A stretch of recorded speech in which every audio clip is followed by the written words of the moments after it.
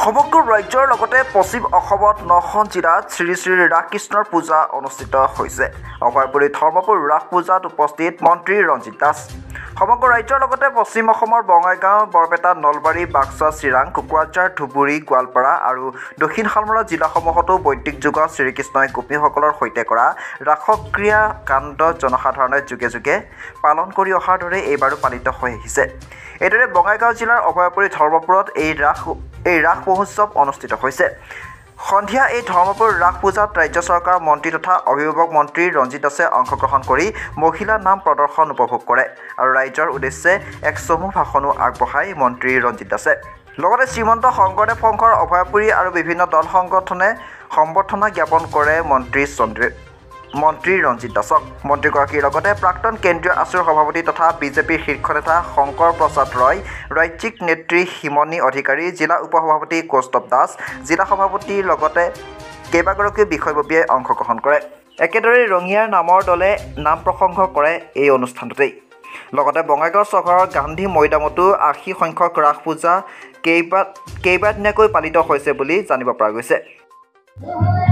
আজি মই অভিভাৱক মন্ত্ৰী হিচাপে বঙাইগাঁও জিলাৰ অভিভাৱক মন্ত্ৰী হিচাপে মই বঙাইগাঁৱৰ ৰাস আজি উদ্বোধন কৰিলোঁ আৰু সমান্তৰালভাৱে আজি অভয়পুৰীৰ যি 80 সংখ্যক যি ৰাস, এই ৰাস মহোৎসৱতো মোক আমন্ত্ৰণ জনাইছিলে।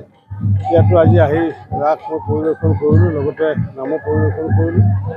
আৰু যিহেতু এইটো শৰৎকালৰ যিহেতু পূৰ্ণিমাৰ ৰাস, এই ৰাসৰ জৰিয়তে যিহেতু আত্মা আৰু পৰমাত্মাৰ মিলন হয়, অৰ্থাৎ ভগৱান আৰু ভকতৰ মিলন হয়, গতিকে এই সময়ত আচলতে শৰৎকালটো খুবেই উৎকৃষ্ট আৰু ভগৱানে আহি নিজে পৰমাত্মা ৰূপে আহি আৱিৰ্ভাৱ হৈছিলে বৃন্দাবনত। কিন্তু আমি যিহেতু বৃন্দাবন আজি আমি দেখা নাপাওঁ, গতিকে সকলো ঠাইতে অসমৰ সকলো ঠাইতে বৃন্দাবন সদৃশ পৰিৱেশ সৃষ্টি কৰি আমাৰ অভয়পুৰী অঞ্চলতো বৃন্দাবন সদৃশ পৰিৱেশ সৃষ্টি কৰি ইয়াতে ৰাস মহোৎসৱৰ আয়োজন কৰিছে। আয়োজন কৰি ঈশ্বৰক আৰু ভক্তিৰক পালন কৰিছে ৰাইজে।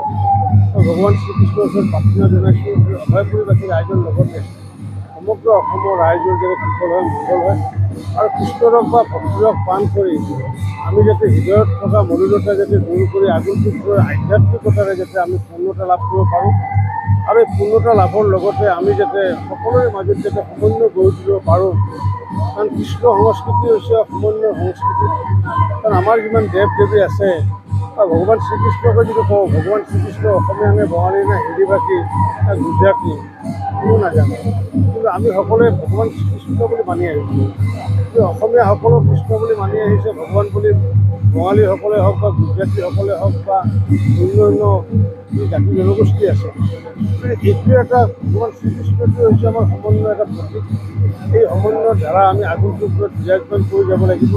কৃষ্ণ সংস্কৃতিৰে আমাৰ যি ভাৰতীয় সংস্কৃতি, সেই সংস্কৃতিক আমি আগুৱাই নি যাতে দেশ আৰু দেশৰ যাতে মংগল কৰিব পাৰোঁ, তাৰ কাৰণে আমি সকলোৱে কৃষ্ণৰ আদৰ্শেৰে আগবাঢ়ি যাব লাগিব, তাকে কামনা কৰিছোঁ। আৰু এটা কথা হ'ল, যোৱাকালি ছাৰ গুৱাহাটীৰ ডেলিভাৰী বয় এগৰাকী আৰক্ষীয়ে প্ৰহাৰ কৰা সন্দৰ্ভত এটা ঘটনা ঘটিছিল আৰু আজি ৰাষ্ট্ৰীয় প্ৰেছ দিৱসৰ সময়ত আপুনি এগৰাকী প্ৰাক্তন সাংবাদিক হিচাপে আপোনাক নাজিৰাত এজন সাংবাদিকক আৰক্ষী জোৱানে উন্নত পদ্ধতিৰে উলিয়াবলৈ বঙাইগাঁৱৰ পৰা ষ্টাফ ৰিপৰ্টাৰ প্ৰফুল্ল কুমাৰ দাসৰ ৰিপৰ্ট, আছাম এনি নিউজ।